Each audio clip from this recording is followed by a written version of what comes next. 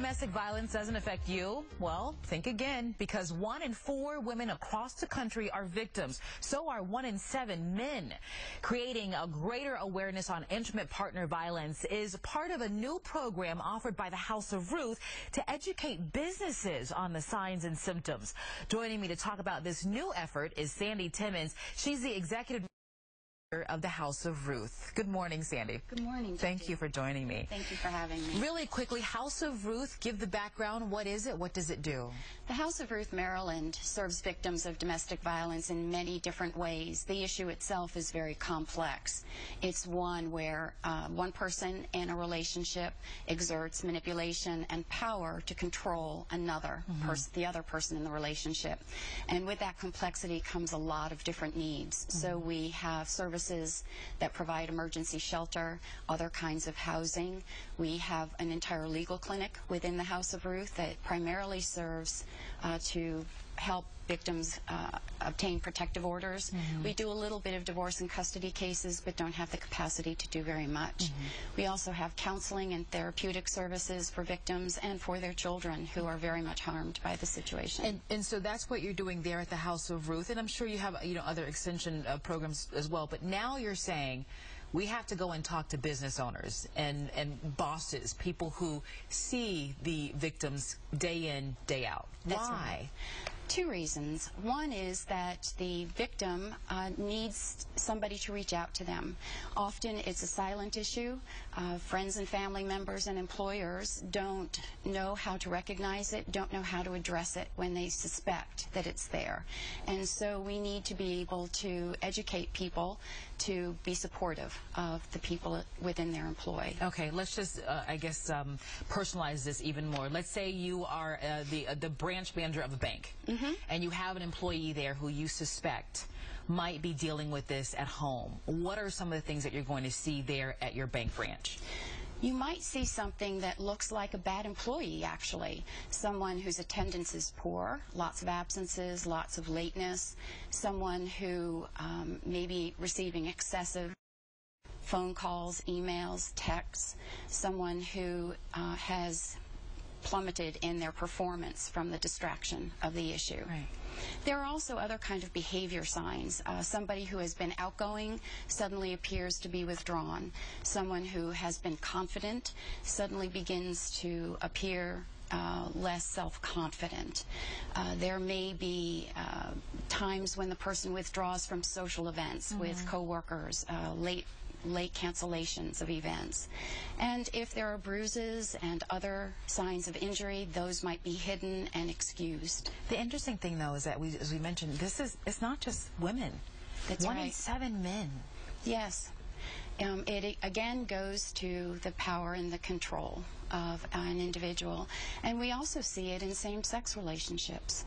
And it doesn't have to be, as you're mentioning to me, the reason why they changed the name from domestic violence to intimate partner violence is that it doesn't have to be a current love interest. That's right. We often see it in former relationships. And that's important because if you think about the fact that it's control of an individual and the relationship no longer exists, the former partner is trying to continue to exert that control. The motivation here is not so that, and I just thought about this, I don't know why, but it's not so that, this boss will know what to look for when they get rid of this person. It's for this employer to know what to look for so that they can bring them to the House of Ruth or tell them you need to get some help. Exactly. And to be supportive, to let the individual know that it's not their fault because they've been led to believe that it is, that there are people to help and that the employer knows where those resources are. Here's the other thing, too, is that you may have people who have children involved. Yes. And as a result, they don't really want to do what needs to be done.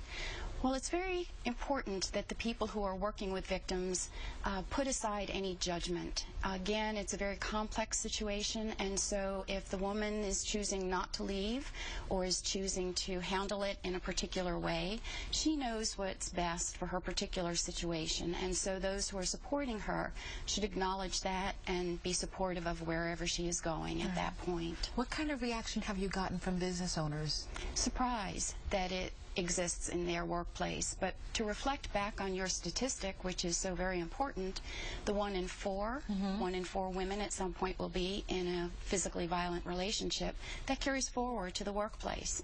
And so it would be unrealistic to think that it doesn't exist in pretty much every workplace. I see. So you're saying that bosses basically and supervisors, they probably have more than just one woman or one man there who's being victimized. Yes, and I would also suggest that not only are they likely to be employing people who are victims, but also perpetrators.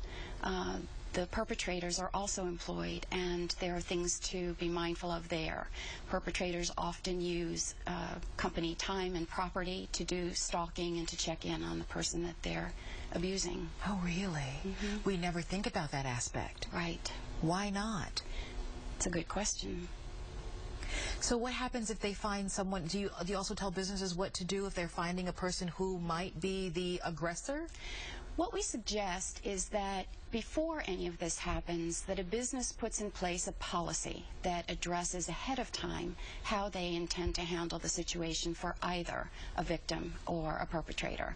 That way, they have already laid the groundwork that sets expectations for the staff for what they can expect to happen if it comes forward, and also serves as guidelines for managers and supervisors and HR people to work from, so that everybody is working in concert. Gotcha.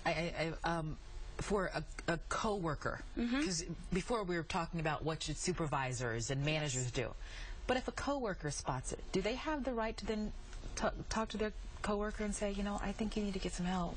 What we suggest that a coworker do is simply acknowledge what they're observing. Again, put aside judgment. Avoid having the person that they're speaking to become defensive. And so we suggest that the person say, here's what I've been seeing in you, and I'm worried. Is everything okay? Okay. I got it. And there's a hotline. There's a hotline that you all, how successful has that been? Very. Very. We have, last year, we served 9,000 victims. We also supported 6,000 friends and family members, which includes employers who are trying to be supportive. And just off the cuff, why the change in terminology, particularly from domestic violence to IPV? We have begun to use intimate partner violence for 2 reasons. One is that so many people use domestic violence to also speak to other kinds of abuse that happens within a home, elder abuse, child abuse. And intimate partner violence also speaks to the fact that, as you mentioned earlier, it can also be a previous relationship and therefore is not domestic, it's not in the home. Okay. So the term is more clear, the field believes. And what you're saying is that domestic violence, intimate partner violence, all of that, it's all of our responsibility, whether we work with you or live with you. Couldn't say it better. Thank you. Sandi Timmins, thank you so much for joining me. For more on the House of Ruth, it maintains a 24-hour hotline. If you need to call that number, do not hesitate. It is 410-889-7884, and the website is hruth.org.